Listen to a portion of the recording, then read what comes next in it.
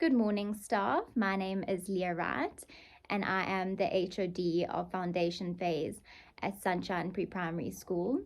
Today, I'm going to be providing you with a training session based on the Prevention Intervention Framework. To start my session, I will be giving you a distinction between phonemic awareness and phonics.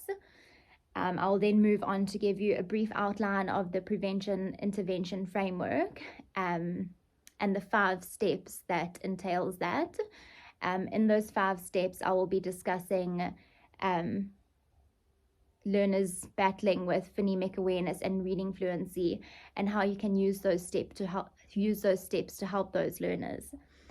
Then I have also created 3 resources that can help you as a foundation phase teacher when dealing with specifically decoding skills, and how these resources can help you when teaching that concept. Let's move on to discuss the distinction between phonemic awareness and phonics. Phonics is the relationship between letters and sounds, and this is mainly when you are focusing on written words. So being able to identify the letters and sounds in written words, while phonemic awareness is the ability to identify and manipulate individual sounds in spoken words. We now move on to the Prevention and Intervention Framework, and this focuses on 5 steps. Your first step when dealing with the Prevention and Intervention Framework is assess, and diagnose.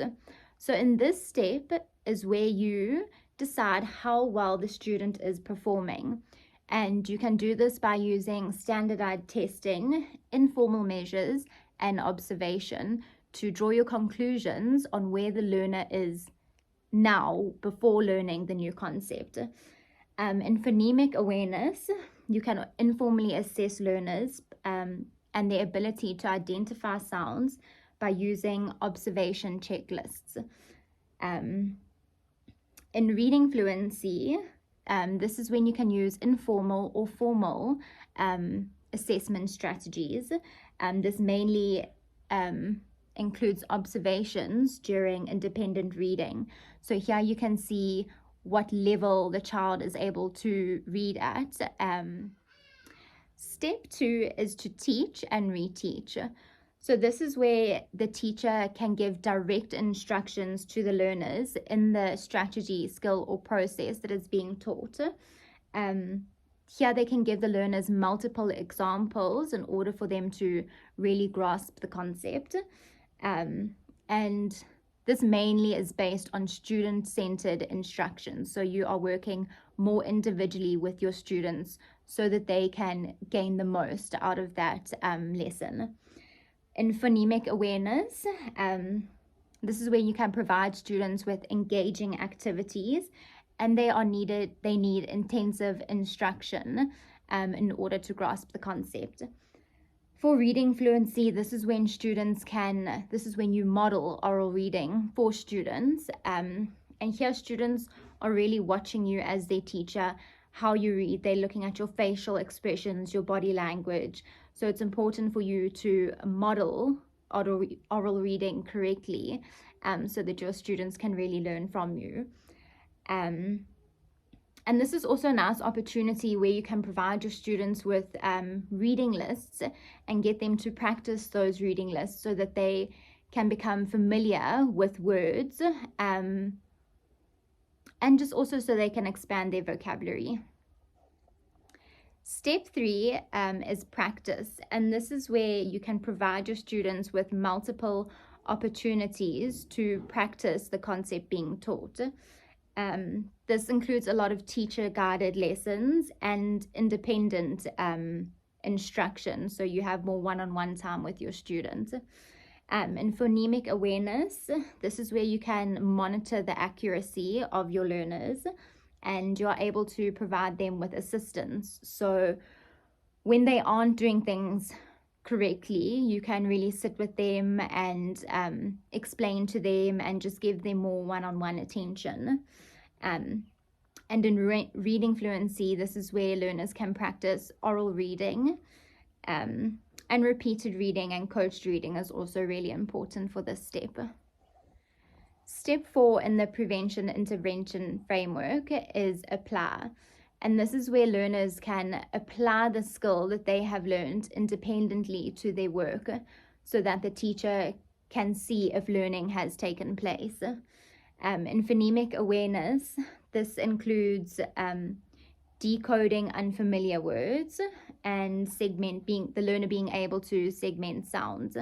And in reading fluency, this is where you can encourage wide reading and oral independent reading for the learner. Step 5 is where the teacher can reassess. So in this step, the skill has already been taught and applied, and now the teacher can look and see, once the skill has been applied, is the learner still grasping the concept, or do we need to go through those steps once again? For phonemic awareness, the teacher can monitor frequently. So doing this, you can make checklists and observation lists to monitor the progress that the student has made to see if learning has taken place. And in reading fluency as well, you can monitor their progress. And in this step, you can also assess the learner's single reading of a passage. And by doing this, you will be able to tell if the learner has made progress with their reading fluency or not. The second resource that I have made falls under step 3 of the prevention intervention framework, and this is practice. So here I have made some little flod cards, and these are laminated so they can be used time and time again. Here learners are asked to, first they can look at the picture, identify the picture. So here they will identify sand. By doing this, they are identifying the individual letters in the spoken word, and then they'll be asked to write the word out. So they are also identifying the relationship between the letters and the sound. So if this is sand, the learner will write s-a-n-d, sand.